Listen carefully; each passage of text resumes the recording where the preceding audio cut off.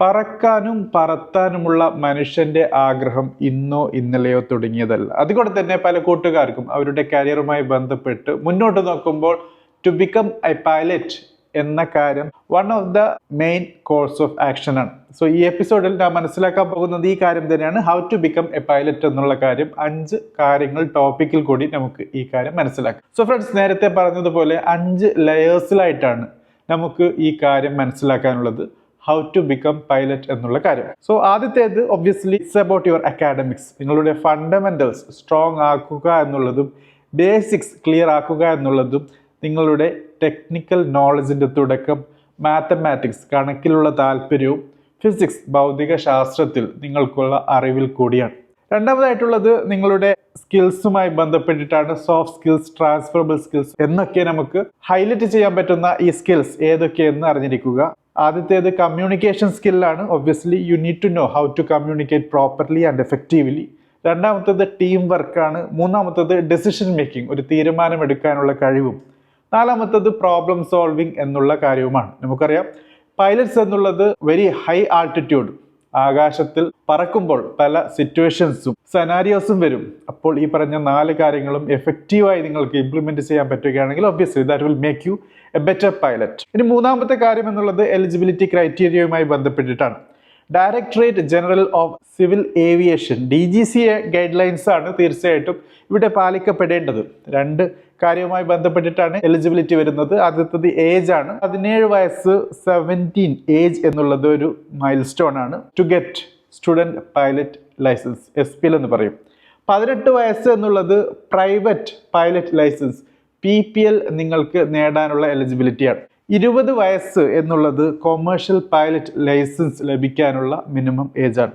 3 age limit, 3 pilot ലൈസൻസിലുള്ള criteria. DGCയുടെ അടുത്ത guide line വരുന്നത് medical test പാസ്സാകുക എന്ന കാര്യത്തിൽ കൂടിയാണ്. ഇനി നമുക്ക് 4ാമത്തെ ലെയറിലേക്ക് പോകാം, അതായത് ട്രെയിനിങ്ങുമായി ബന്ധപ്പെട്ടിട്ടാണ്. സോ ഇവിടെ മനസ്സിലാക്കാനുള്ളത് again directorate general of civil aviation DGCയുടെ അപ്രൂവലോട് കൂടിയ ഫ്ലൈയിങ് സ്കൂളിൽ അഡ്മിഷൻ ലഭിക്കുക എന്ന കാര്യത്തിന് കൂടുതൽ പ്രയോറിറ്റി കൊടുക്കുക. അതോടൊപ്പം മനസ്സിലാക്കേണ്ടത് commercial pilot licence CPL programme tailor ചെയ്തിട്ടുള്ള സിലബസോട് കൂടിയ പഠന സൗകര്യമുള്ള ഫ്ലൈയിങ് സ്കൂൾ ഐഡന്റിഫൈ ചെയ്യുക. പിന്നീട് വരുന്നത് ഫ്ലൈയിങ് സ്കൂൾസ് കണ്ടക്ട് ചെയ്യുന്ന എൻട്രൻസ് എക്സാമിനേഷന് വെൽ പ്രിപ്പയർഡ് ആയിരിക്കുക എന്നുള്ള കാര്യമാണ്. സോ 5ാമത്തെ കാര്യത്തിലേക്ക് വരാം. ഇവിടെയാണ് പൈലറ്റ് ലൈസൻസ് നേടുന്നതുമായി ബന്ധപ്പെട്ടിട്ടുള്ള കാര്യങ്ങൾ മനസ്സിലാക്കാനുള്ളത്. സോ നേരത്തെ പറഞ്ഞതുപോലെ സ്റ്റുഡൻറ് പൈലറ്റ് ലൈസൻസ് നിങ്ങളെ പ്രാപ്തമാക്കുന്നത് ഫ്ലൈറ്റ് ട്രെയിനിങ്ങിന് വേണ്ടിയാണ്. സോ ഒരു എക്സ്പേർട്ട് ഇൻസ്ട്രക്ടറിന്റെ സൂപ്പർവൈസറി റോളിൽ, അവരുടെ അണ്ടറിൽ നിങ്ങൾക്ക് ഒരു സ്റ്റുഡന്റ് എന്നോണം പൈലറ്റായി വിമാനം പറത്താനുള്ള ട്രെയിനിങ് നേടേണ്ടത് സ്റ്റുഡന്റ് പൈലറ്റ് ലൈസൻസ് ലഭിച്ചതിന് ശേഷമാണ്. 2ാമത്തെ സ്റ്റെപ്പ് എന്നുള്ളത് പ്രൈവറ്റ് പൈലറ്റ് ലൈസൻസ് PPL ആണ്. ചെറിയ വിമാനങ്ങൾ, എയർക്രാഫ്റ്റ്, സോളോ, അതോടൊപ്പം പ്രൈവറ്റ് പർപ്പസസിനൊക്കെ തീർച്ചയായിട്ടും പ്രൈവറ്റ് പൈലറ്റ് ലൈസൻസ് മതിയാകും. പക്ഷേ ഒരു ഫുള്ളി ഫ്ലെഡ്ജ് എയർലൈൻ കരിയർ പൈലറ്റായി മാറാൻ നിങ്ങൾക്ക് വേണ്ടത് കൊമേഴ്ഷ്യൽ പൈലറ്റ് ലൈസൻസ് CPL ആണ്.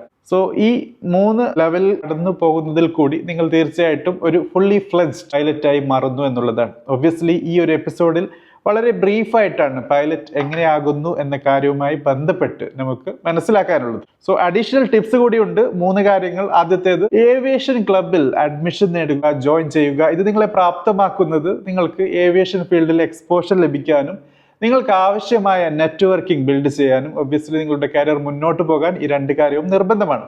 പിന്നെ 2ാമത്തെ കാര്യം വരുന്നത് ഡിഫറെന്റ് എയർലൈൻ കമ്പനീസിലും അവരുടെ ഓർഗനൈസേഷണൽ കാര്യങ്ങളുമായി ബന്ധപ്പെട്ട് റിസർച്ച് ചെയ്യുക.